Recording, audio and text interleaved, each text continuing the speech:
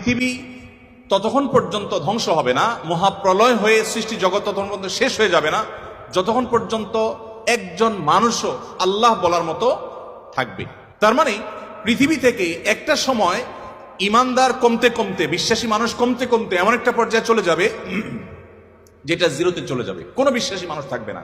তখন এই পৃথিবী বা সৃষ্টি জগতের আর থাকার প্রয়োজন হবে না। আল্লাহ সুবহানাহু ওয়া তাআলা তখন এটাকে ধ্বংস করে পুনরুত্থান তিনি প্রতিষ্ঠা করবেন এবং বিচার দিবস তিনি প্রতিষ্ঠা করবেন।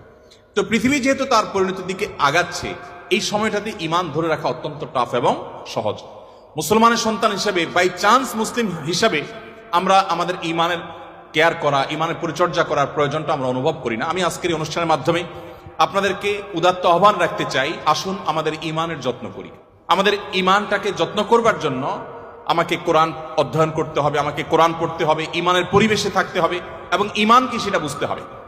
আপনারা আলহামদুলিল্লাহ, যেটি আমি বলছিলাম, আপনারা সবাই বাংলাদেশের ভবিষ্যৎ, আপনারা সবাই এই পৃথিবীর ভবিষ্যৎ। আপনাদের প্রত্যেকের মধ্যে যে সম্ভাবনা লুকিয়ে আছে, সেই জায়গা থেকে আপনারা যদি চেষ্টা করেন ইসলামটাকে জেনে বুঝে অনুসরণ করার মানার, তাহলে সেক্ষেত্রে আমি দৃঢ়ভাবে বিশ্বাস করি যে আপনি ইসলামটাকে এনজয় করবেন। আমি একটি কথা থেকে অন্যদিকে গিয়েছিলাম যে এক ভদ্র মহিলা আমার কাছে এসেছেন ইসলাম গ্রহণ করবার জন্য। আমি তাকে জিজ্ঞাসা করলাম, এফিডেভিট সব কমপ্লিট করেছেন এবং আইনি সমস্ত পদক্ষেপগুলো শেষ করেছেন, বললাম যে আপনি ইসলাম কেন গ্রহণ করবেন? যারাই আমার কাছে এই টাইপের আসে আমি জিজ্ঞেস করি, কারণ আমার তো জানা আছে যে বাংলাদেশের আমাদের মানুষের প্র্যাকটিস দেখে তো তার ইসলাম গ্রহণ করার কথা না, আরো ইসলাম থেকে পালানোর কথা। কেন গ্রহণ করেছেন?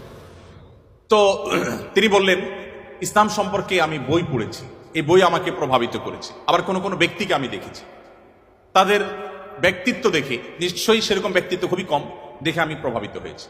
গোটা পৃথিবীতে আপনারা বিশেষ করে পশ্চিমা দুনিয়ার খবর রাখবেন নিশ্চয়ই, সেখানে প্রতিদিন ইসলামে আসা মানুষের সংখ্যা বেড়ে চলেছে।